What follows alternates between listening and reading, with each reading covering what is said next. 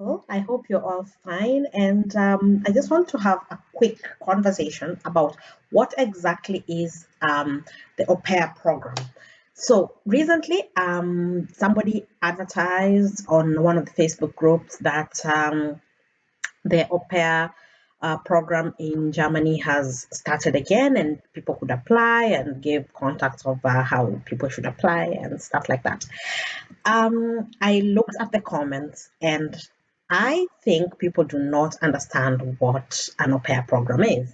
Aside from the people who are complaining about how discriminatory it is because the au pair, the rules where the au pair has to be unmarried and the au pair should not have any children dependents back home, and the au pair should yeah, I think those were, and the language requirements. So of course people went on a tantrum complaining about what it is and stuff like that.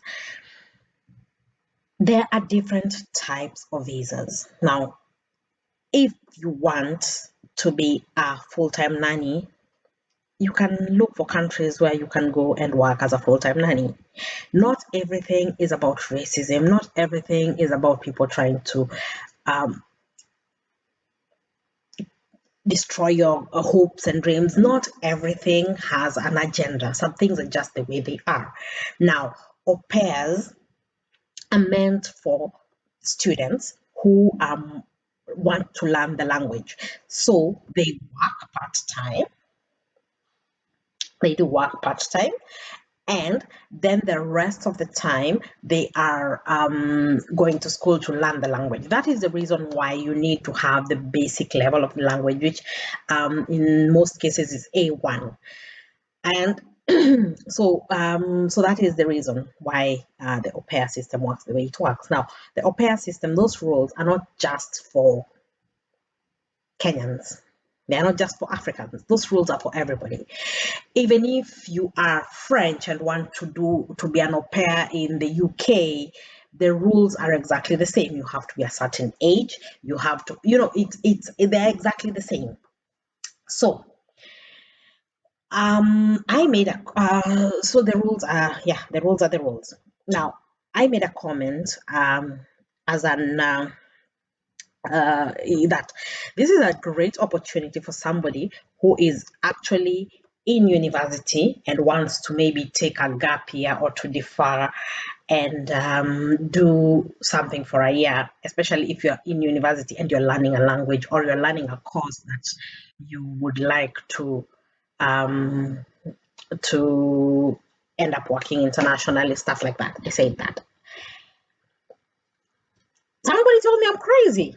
She was like, "What is wrong with you? Why would somebody want to do that?" And I was like, uh, that's to you because already you're thinking. I think our thinking is mostly we grow up in a society that has a lot of class issues, right? So the idea of you imagining your child working as a maid, to you that is just what? I'm a university graduate, you want me to work as a maid, you know and I think this is part of what the problem is, because if you cannot imagine yourself working as a nanny or as an au pair, then that means in your mind you've already decided that this is something for people who are less than, you know.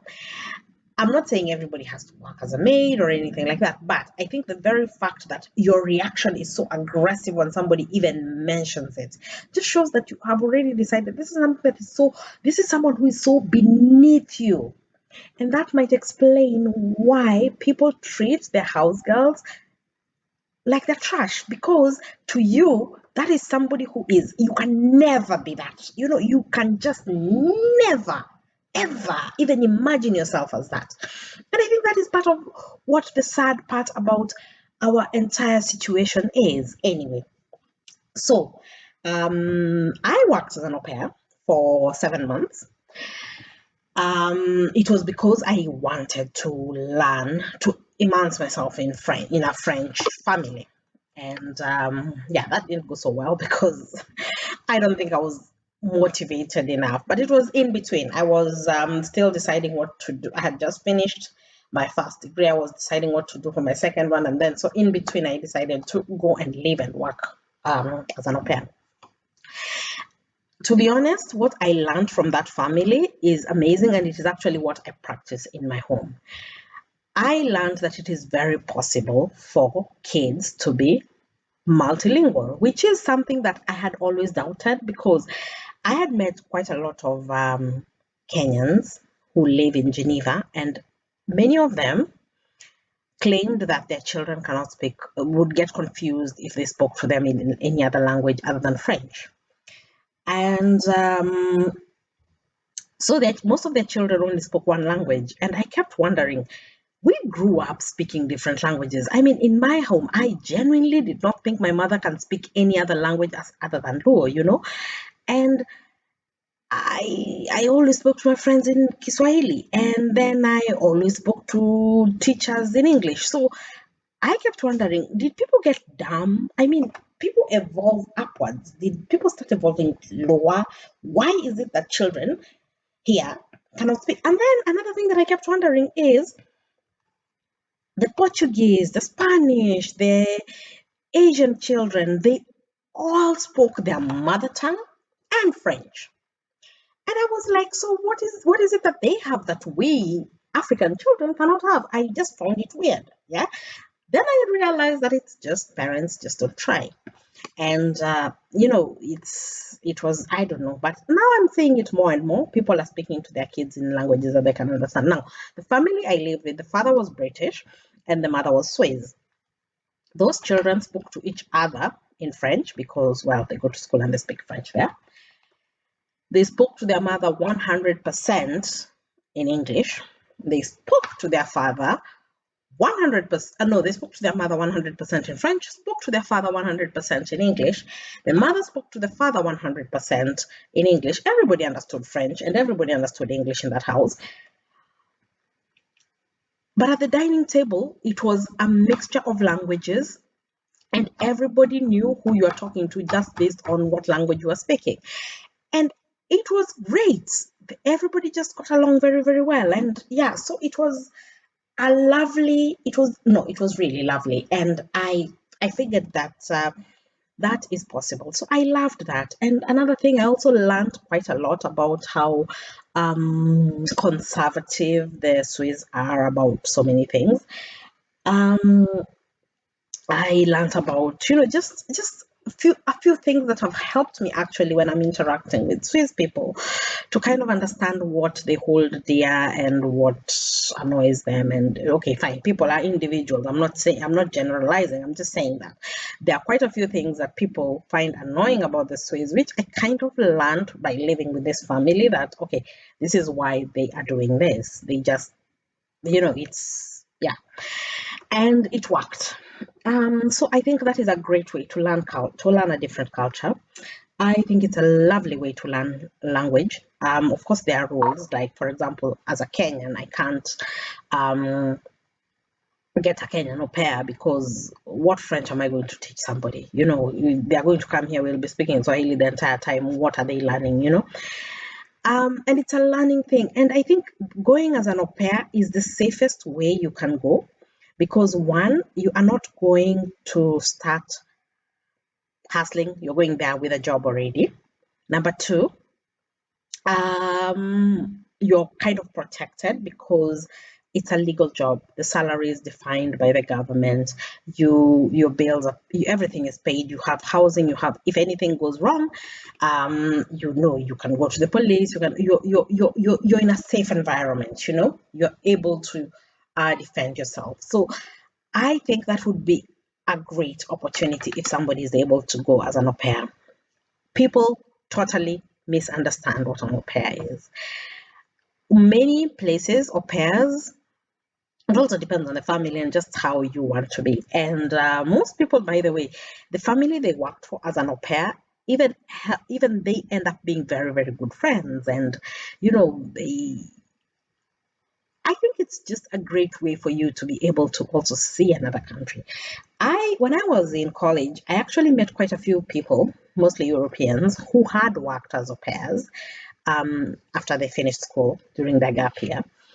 And the reason they had worked as au pairs was mostly to learn the language, because I mean, I started in hospitality. So many people, when they knew that they were going to be in hospitality, they knew that they needed to learn the languages. So they moved to a different country, worked as an au pair for a year or two, and learned the language, became fluent in it, and then they went to college to now study whatever they were going to study. And